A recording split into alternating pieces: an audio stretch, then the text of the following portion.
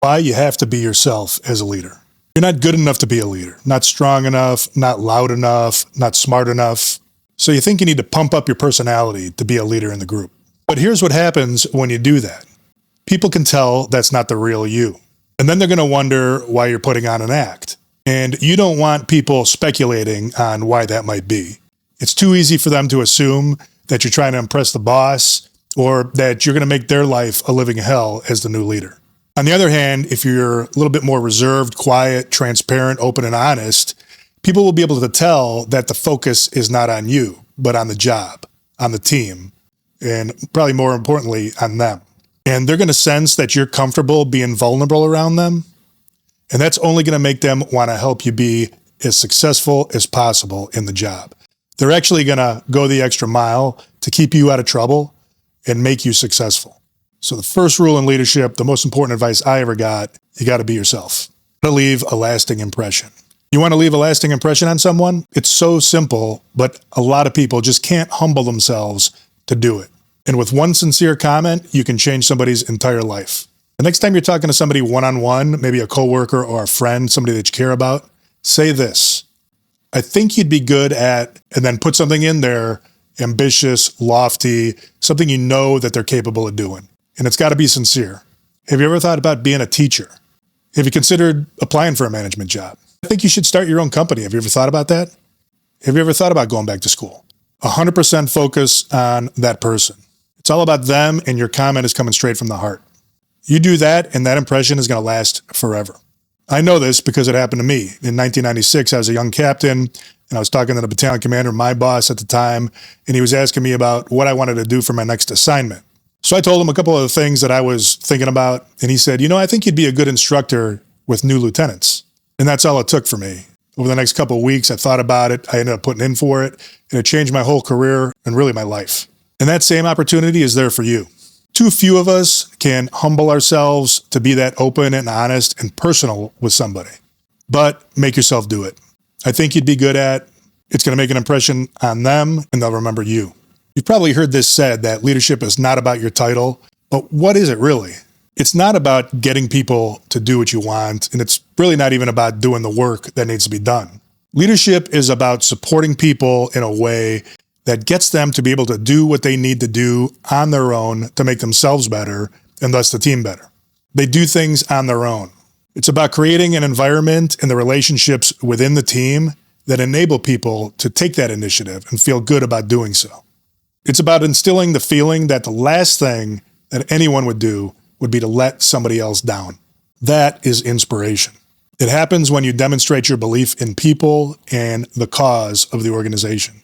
So support them and let them work. This is fundamental to Marine Corps leadership. It's not about barking orders. That's for boot camp and extremely time-sensitive situations.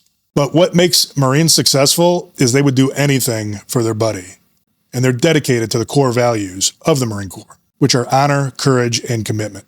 So take your leadership approach one step further than just simply not relying on your title. Think about what it is. Think about what it means to be a leader. And take whatever steps are necessary to inspire people to do things for themselves and their friends. That's what leadership is about. What to do when people complain about you. Say you get wind that people are complaining about you and it starts to bother you. It depends on what people are complaining about. If they're complaining about your integrity or your dedication or your basic ability to do the job, then you should probably listen and consider if you need to make some changes. But if people are complaining about what they think are difficult goals, challenging timelines, really demanding workloads, that's a different type of complaining. You should still listen and consider what they're saying.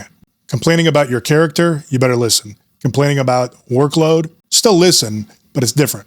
And the rule you want to live by is this: every effort you make, every direction you give has got to be first geared toward the success of the group. If there's any personal benefit to you and what the group has to do, it's got to be miles behind the benefit that they receive from doing that same act. You get your bonus when they get theirs. And that has nothing to do with being an easy boss. It has to do with helping the team and the people in it achieve what they need to accomplish the mission and get the job done. Are you being too demanding? One fear all of us have, especially when we're new leaders, is how demanding should I be? And it's not really something that somebody can explain to you. When you start out, you have to develop a sense for how much is enough. And a lot of us are guilty of what I call underwhelming your people. You treat them with kid gloves. You don't give them enough of a demand that they can realize their full potential. And the root of this is your desire to be liked. And it's natural to believe that niceness is a quality that people want in their leaders, but it's not true. People want you to take care of them so they can be successful, keep their job, and have a better future. When you assume people want it easy, you're doing two things. The first one is you're not giving them enough credit for being a professional. And the second thing is you're placing your need for acceptance above the needs of the group. And the group needs to be successful because if they're not, pretty soon there won't be no group, no jobs. And the other aspect of that is you're not giving people the opportunity to be as good as they can be, to develop skills for the future. So it's better to be a little bit more demanding than not demanding enough, but you can't be afraid to reassess your expectations either. It's okay to change your mind, but you got to base the changes on the real difficulties the group is going to experience. Maybe it's a lack of a skill set, lack of funding, changing customer preference, something like that. But don't negotiate against yourself. Make your decisions, make them in the interest of the group, and you're going to have all the respect you could ever want. Hope this helps. Subscribe for more. Let me know if I can help. Thanks.